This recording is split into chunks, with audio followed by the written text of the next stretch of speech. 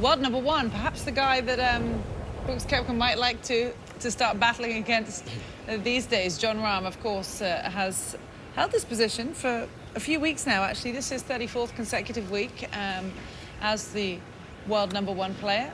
And he's going through his practice preparations. A family man, his son Kepa travels with him, and a huge part of his life these days. And actually, it's been incredible to see, guys, how well he has dealt with that transition, I suppose you can say. We see a lot of guys on tour become new fathers nowadays and have the family travel with you. Your priorities shift. You'll know this, Aaron, from traveling with a young family. He's doing this and maintaining his position atop the world ranking. We haven't seen a dip in his form. Not that you would expect it, but I'm just saying you have a whole different set of priorities to manage. It's perspective. You gain perspective about what's really important, and I think that for a lot of players that can take pressure off you. I know for me, when my first son was born, it was almost a weight off my shoulders to a certain extent, because it took my mind off of things around the golf course. Now I was dealing with, when he was born, I was dealing with a lot of other stuff injury-wise too, trying to come back from things. But it made going to the golf course. Golf was a close second. You know, and actually I can't even call it a close second. That's not even fair to him. It was a second place thing, whereas golf before him was tied for first, you know, and right there.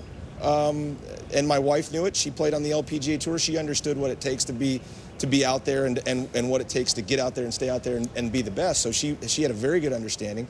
But for Jon, it's a perspective thing for sure. And I think that a lot of us who have children while out on tour can use it as a positive. This is a pitching clinic right here he's putting on. I want everybody to watch this.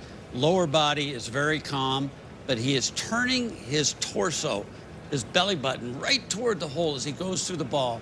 That is so important on pitch shots. There's no helpingness going on in these swings. He's letting the clubs do the work. Every once in a while, he'll take a little bit of a divot, but a lot of time, there's just nothing like that one right there. Yeah, and there's an interesting statistic I saw earlier today that approach shots are typically 20% farther away at TPC Sawgrass than on any other course on tour. And when you look at the guys who perform or excel in that category on those kind of courses that are the toughest in terms of approach shots, you're looking at guys like Jon Rahm, Will Zalatoris, Colin Morikawa. Russell Knox is actually in that list. Hideki is in that list. But it's a very elite group of guys who seem just purpose-built for this golf course. And he seems purpose-built for every golf course these days. That was Harry Higgs just passing by.